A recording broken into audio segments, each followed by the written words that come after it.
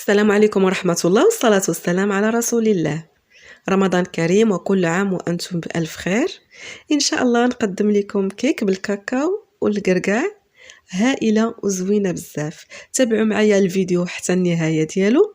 ما تنساوش تشتركوا في القناة، تفعلوا الجرس باش يوصل كل جديد وكل مفيد.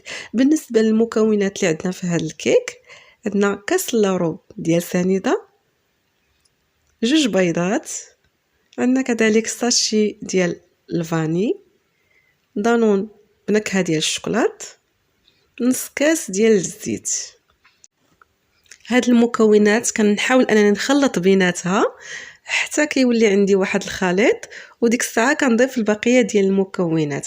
بالنسبه للبقيه ديال المكونات، عندنا 2 المعالق كبار ديال الكاكاو، 2 خمارات ديال الحلوى، 3 ديال المعلقات كبار ديال القرقاع مهرمش، وعندنا الطحين على حسب الخليط. كيف ما كتعرفوا الكيك ديال الكاكاو والقرقاع كتعجب الوليدات بشكل كبير صراحه، كتجي رائعه وكتجي زوينه، ونتمنى انكم نتوما تجربوها لانها عن جد كتستحق التجربه. كتعطي واحد المذاق رائع وكتجي زوينه بزاف وكتجي خفيفه ومهويه. يعني هنايا كيف ما لاحظتوا معايا، من بعد ما خلطت جميع المكونات كنضيف الطحين شويه بشويه، يعني ما كنديرش اضافه واحده، بالعكس كنبقى بشويه بشويه. كيف ما كتعرفوا ان الكيك ما يكونش ثقيل بزاف حتى كيجي يعني ماشي ثقيل، وكذلك ما نديروش خفيف بزاف باش ما يهبطش لينا، يعني يكون بين يعني عيني ميزاني ولكن بين. وديك الساعه كنوجد يا اما مول يكون فردي، يعني مولات فرديين كيف ما كتلاحظوا معايا. انا درت هذا مول السيليكون اوفال درت فيهم، اولا ما بغيتوش ديروا غير في المول ديال الكيك العادي. نتوما كيبقى لكم الاختيار. وكيف ما قلت لكم الوليدات تبارك الله تيحماقوا على هذا النوع من الكيك. وبالنسبه عرفتوا دابا مع رمضان حتى هو كنبغيو شي حاجه هكا باش نتسحروا بها، تكون شي حاجه خفيفه وتكون زوينه. وخصوصا يعني هذا الكيك ديال الكاكاو والقرقاع مع كنضيفوا له الكريمه ديال الشوكولاط من الفوق، تبارك الله كيجي هائل وكيجي لذيذ بزاف.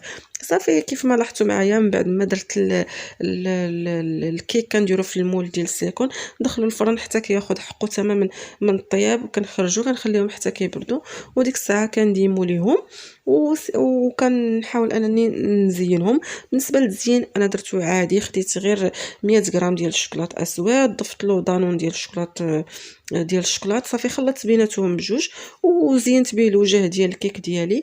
زينت بانصاص ديال القرقاع، وبقى عندي واحد شويه ديال القرقاع مهرمش درته في الجناب ديال الكيك. وكيتقدم كلشي بالصحه والراحه. نتمنى ان الفيديو ديال اليوم ينال الاعجاب ديالكم. الى عجبكم الفيديو ما تنساونيش باللايك وبالتعاليق المحفزه. وبالنسبه للناس جداد اللي اول مره كيشاهدوا القناه او لا شاهدوها بالصدفه، يتابونوا ويفعلوا الجرس باش يوصل كل جديد وكل مفيد.